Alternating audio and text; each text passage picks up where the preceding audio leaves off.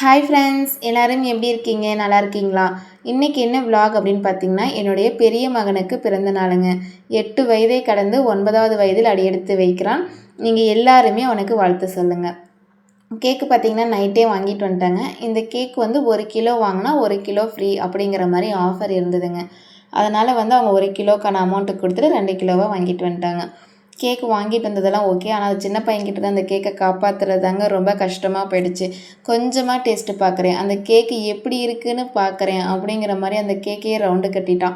ஒரு வகையாக பேசி சமாளித்து அந்த கேக்கை வந்து ஃப்ரிட்ஜுக்குள்ளெல்லாம் வச்சுட்டோம். காலையில் நேரமாக தூங்கி எழுந்திரிச்சிட்டு பிள்ளைங்களுக்குமே அது ஒரு சந்தோஷங்க. நம்ம இன்றைக்கி கேக் வெட்ட போகிறோம், கிளாஸில் கொண்டு போய் சாக்லேட்லாம் கொடுக்க போகிறோம் அப்படிங்கிறதெல்லாம் அவங்க முகத்தில் அவ்வளோ ஒரு சந்தோஷம், ஒரு எக்ஸைட்மெண்ட்டோடையே இருந்தாங்க. என் சின்ன பையனுமே நேரமாக எழுந்திரிச்சு குளிச்சுட்டு வந்துட்டான்.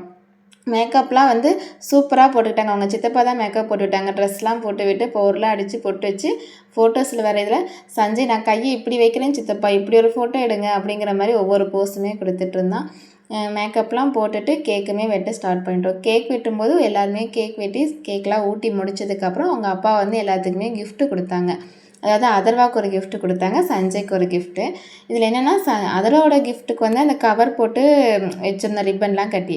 ஆனால் சஞ்சயோட கிஃப்ட்டுக்கு அப்படி எதுவுமே பண்ணலை. அது வந்து அவனுக்கு ஒரு கோவம், எனக்கு மட்டும் ஏன் இப்படி பண்ணலை அப்படிங்கிற மாதிரி. அதுக்கப்புறம் அதரோட கிஃப்ட்டையே திரும்ப வாங்கி ஒரு ஃபோட்டோவும் எடுத்துக்கிட்டு இவனோட கிஃப்ட்டையும் வாங்கி வச்சுக்கிட்டான். அதர்வாக்கு என்ன கிஃப்ட் அவங்க அப்பா கொடுத்துருந்தாங்கன்னா டிஃபன் பாக்ஸ் தான். அந்த டிஃபன் பாக்ஸ் எப்படி இருந்துச்சுன்னா உள்ளே வந்து ஒரு பொரியல் வைக்கிற மாதிரி குட்டி டிஃபன் பாக்ஸ், அது பெருசாக ஒரு டிஃபன் பாக்ஸ், அதுக்குள்ளே ஒரு குட்டி டிஃபன் பாக்ஸு. சஞ்சய் சொல்கிறான், இந்த குட்டி டிஃபன் பாக்ஸ் அப்பா எனக்கு தாண்டா வாங்கி கொடுத்தாங்க, பெரிய டிஃபன் பாக்ஸ் மட்டும்தானா உனக்கு அப்படிங்கிற மாதிரி சொல்லி அந்த குட்டி டிஃபன் பாக்ஸ் அவனே எடுத்துக்கிட்டான். சஞ்சய்க்கு என்ன கிஃப்ட் வாங்கிட்டு வந்தாங்கன்னா ஆல்ஃபபெட்ஸ் லெட்டர்ஸ் வந்து அந்த ஏ ஃபார் ஆப்பிள் அந்த பிக்சர் போட்ட மாதிரி புக் வந்து வாங்கிட்டு வந்திருந்தாங்க. அந்த புக்கு ஓப்பன் பண்ணி வச்சுட்டு ஒவ்வொரு லெட்டர் இது டாக், யானை அப்படி அவனுக்கு தெரிஞ்ச வார்த்தையில் ஒவ்வொன்றா சொல்லிக்கிட்டே இருந்தான். அது அவனுக்கு அவ்வளோ ஒரு சந்தோஷம். ஒரு வகையாக கேக் கட்டிங்லாம் முடிஞ்சிருச்சு. தம்பி இன்றைக்கி எனக்கு உனக்கு ஸ்கூலுக்கு எடுத்துகிட்டு போகிறதுக்கு என்னடா வேணும் அப்படிங்கிற மாதிரி நான் அதெல்லாம் கிட்டே கேட்டிருந்தேன். அதுக்கு அவன் சொன்னான், எனக்கு தேங்காய் சாப்பாடு தாம்மா வேணும் அப்படின்னு சொல்லி அவன் சொல்லிட்டான். ஒரு வகையாக வேலையும் மிச்சம்டா போடா அப்படின்னு சொல்லிவிட்டு தேங்காய் சாப்பாடுமே ப்ரிப்பேர் பண்ணேன். அதுக்கு முன்னாடி வந்து சரி வீட்டில் ஏதாவது ஒரு ஸ்வீட் செய்யலாம் அப்படின்னு சொல்லிட்டு நமக்கு ஈஸியாக வரக்கூடியது கேசரி ஒன்று தான். சரி கேசரியே செய்யலாம் அப்படின்னு சொல்லிட்டு அதுக்கு தான் பிளான் பண்ணி முந்திரி கிஸ்மிஸ் பழம் இதெல்லாமே வந்து முந்திரி வந்து 2 கொஞ்சம் தூளாக உடச்சி வச்சோம்னா எல்லாருக்கும் கொஞ்சம் கொஞ்சம் போகும். அது முழுசாக போட்டோம்னா ஒருத்தங்களுக்கே 2-3 போயிடுச்சுன்னா அங்கே இருக்காது இல்லைங்களா? அதனால் வந்து முந்திரி வந்து ஒரு 4 அந்த மாதிரி கட் பண்ணி எடுத்து வச்சுக்கிட்டேன்.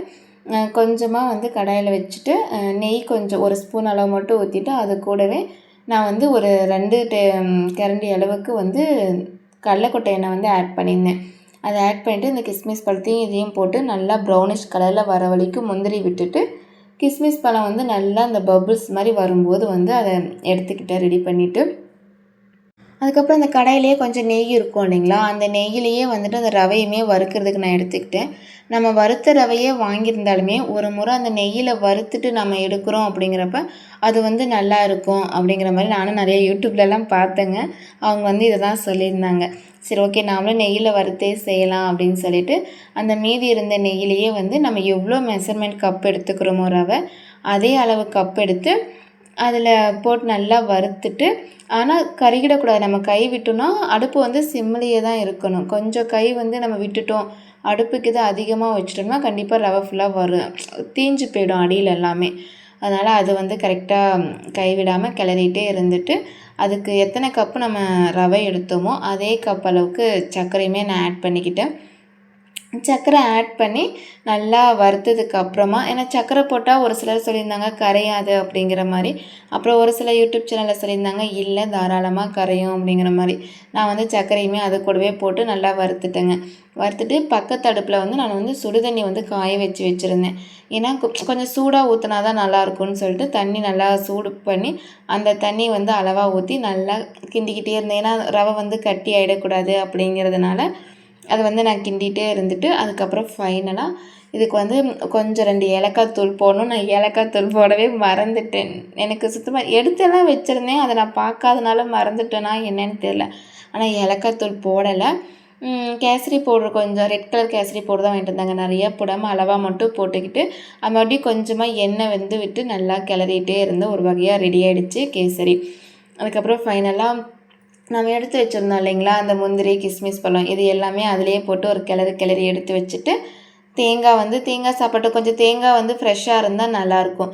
நம்ம நேற்று இந்த மாதிரி உடைச்ச தேங்காய் மீதி இருந்து நம்ம போட்டோம்னா அது அந்தளவுக்கு ஒரு மாதிரி எண்ணெய் பிசுப்பாக இருக்கிற மாதிரி இருக்கும். அந்த டேஸ்ட் இருக்காதுன்னு சொல்லிவிட்டு நான் புதுசாக தான் தேங்காய் பட்டை பிடுங்கி அதை தான் நான் தேங்காய் சாதம் செஞ்சுருந்தேன். தேங்காய் முழுசுமே பட்டையெல்லாம் எடுத்துட்டு எனக்கு இந்த தேங்காய் பட்டை பிடுங்கும் போது ஃபஸ்ட்லலாம் பார்த்திங்கன்னா அந்த கொடுவாளில் கையை பிடிச்சி இப்படி வெட்டினோம்னா கையெல்லாம் கொப்பளம் போட்டுருங்க. ஆனால் இப்போ அது பழக என்ன ஆகிடுச்சின்னா ஒருவேளை கொப்பளம் போடுறது போட்டு பழகிறதுனால அப்படி ஆகிடுச்சு என்னன்னு தெரியல. அதிகமாக நான் தேங்காய் பட்டை பிடுங்க மாட்டேன் வீட்டுக்கு மட்டும் அப்படிங்கிறப்போ. ஆனால் ரொம்ப நாள் கேப்பாகி நான் செஞ்சேன்னா கையில் கொப்பளம் போட்டுரும். அதுக்கப்புறம் ஒரு வழியாக தேங்காயெல்லாம் பட்டை பிடுங்கி எனக்கு இந்த தேங்காய் பட்டை பிடுங்கிறத காட்டிலும் அந்த குடுமின்னு சொல்லுவோம் இல்லையா, அதை இந்த கொடுவால் இப்படி வெட்டி அதை அந்த இதை எடுக்கிறது ரொம்ப ஈஸியாக இருக்குது. அப்புறம் ஒரு வகையாக தேங்காயெல்லாம் பட்டை பிடுங்கிட்டு தேங்காயை பார்த்தோம்னா நான் கொடுவால் இப்படி கொத்தி எடுத்ததில் உள்ள தேங்காய் வரைக்குமே அந்த காயம் போயிருக்குது. அந்தளவுக்கு அந்த தேங்காய் அடி வாங்கிடுச்சுன்னு வச்சுக்கோங்களேன். அதுக்கப்புறம் தேங்காயெல்லாம் உடச்சி தேங்காய் தண்ணி நானே குடிச்சிட்டேன். பிள்ளைங்கள கூப்பிட்டா நான் வரேன் நீ வரேம்பாங்க, அப்புறம் குளிக்க போக லேட் பண்ணிவிடுவாங்கன்னு சொல்லிட்டு அப்படியே உடச்சி அப்படியே வாயிலேயே ஊற்றிட்டு நானே குடிச்சிட்டு தேங்காயுமே சுரண்ட அந்த இதில் சுரண்ட ஆரம்பிச்சிட்டேன். அந்த தேங்காய் பூ எடுத்துகிட்டு எப்பவும் போல் எண்ணெய், கடுகு, கடலைப்பருப்பு, உளுத்தம்பருப்புலாம் போட்டு வெங்காயம் போட்டு வரமிளகாய், கருவேப்பிலை போட்டு நல்லா கிளறி நல்லா வணங்கினதுக்கப்புறமா அந்த தேங்காய் பூ போட்டு உப்பு போட்டு கிளறிட்டு தேங்காய் சாப்பாடையும் ரெடி பண்ணி அனுப்பிட்டேன். இப்படி தான் ரெடி பண்ணியிருந்தேன். பசங்களுக்குமே தேங்காய் சாப்பாடு எடுத்து வச்சுட்டு ஸ்நாக்ஸ் பார்த்திங்கன்னா கேசரியே எனக்கு போதுமா அதுதான் வேணும் அப்படின்னு சொல்லிட்டு கேசரியுமே எடுத்துக்கிட்டான். பசங்களுக்கெலாம் கொடுக்கறதுக்கு சாக்லேட் வாங்கிட்டு வந்திருந்தாங்க. கோபிகோ சாக்லேட் தான் வாங்கிட்டு வந்திருந்தாங்க. எனக்கு கோபிகோ சாக்லேட்னால் ரொம்ப பிடிக்குங்க. ஏன்னா நமக்கு தூக்கம் வரும்போதெல்லாம் நம்ம அதை சாப்பிட்டோன்னு வச்சுக்கோங்களேன் தூக்கமே வராது. நல்லா இருக்கும், தூக்கம் வராது. கொஞ்சம் பிரிஸ்காக இருக்கிற மாதிரி நான் ஃபீல் பண்ணுவேன். அதனால் எனக்கு மற்ற சாக்லேட்லாம் காட்டிலும் எனக்கு கோபிகோ சாக்லேட் அப்படிங்கிறது ரொம்பவுமே பிடிக்கும். அதனால் கோபிகோ எனக்கு பிடிக்கும்லாம் வாங்கிட்டு வரலைங்க. அங்கே இதே நான் வாங்கிட்டு வரேன் அப்படிங்கிற மாதிரி அவங்க வாங்கிட்டு வந்துட்டாங்க. கடலை மிட்டாய் வாங்கன்னு தான் பிளான் பண்ணி போனாங்க. ஆனால் கடைசியாக வாங்கலை, சாக்லேட் தான் வாங்கிட்டு வந்திருந்தாங்க. பையனுமே எடுத்துகிட்டு ரொம்ப ஹாப்பியாக அவனுமே இன்றைக்கி ஸ்கூலுக்கு போயிட்டான். சஞ்சயுமே ஒரு கொஞ்ச நேரம் சைக்கிள்லாம் ஓட்டிகிட்டு அம்மா கேக்கெல்லாம் எனக்கு போதும், நான் அப்புறமா சாப்பிட்டுக்கிறேன், எனக்கு ரொம்ப பசிக்கிற மாதிரி இருக்குது, வேறு ஸ்நாக்ஸ் கொண்டு வாமா அப்படிங்கிற மாதிரி கேட்டான். தம்பி நான் தேங்காய் சாப்பாடு ரெடி பண்ணிட்டேன், நீ சாப்பிட்றியாப்பானா, அம்மா தேங்காய் சாப்பாடு நீ போட்டு வரதுக்கே லேட் ஆகும், அதனால் நீ போய் எனக்கு ஸ்நாக்ஸே கொண்டு வா அப்படின்னு சொல்லி என்கிட்ட ரவுடி பண்ணி பேசிகிட்டே இருந்தாங்க. அதுக்கப்புறம் ஒரு வகையாக சாப்பிட்டுட்டு நாங்களும் இந்த காலையில் வேலையில் எல்லாமே முடிச்சிட்டோம். உங்கள் பிள்ளைங்கள் இன்றைக்கி எத்தனை பேர்த்துக்கு பிறந்தநாள்னு சொல்லுங்கள். அப்படி யாராவது பிறந்தநாள் கொண்டாடினீங்கன்னா உங்களுக்கும் விஷ் ஹாப்பி பர்த்டே. இந்த விழாக்கு உங்களுக்கு எப்படி இருந்துச்சு அப்படிங்கிறத சொல்லுங்கள். உங்களோட வேல்யூபிளான கமெண்ட்டை கீழே கமெண்ட் பண்ணுங்கள். இவ்வளோ நேரம் பொறுமையாக என்னோடய வீடியோவை பார்த்ததுக்கு ரொம்ப தேங்க்ஸ். நாளைக்கு ஒரு விழாவில் பார்க்கலாம்.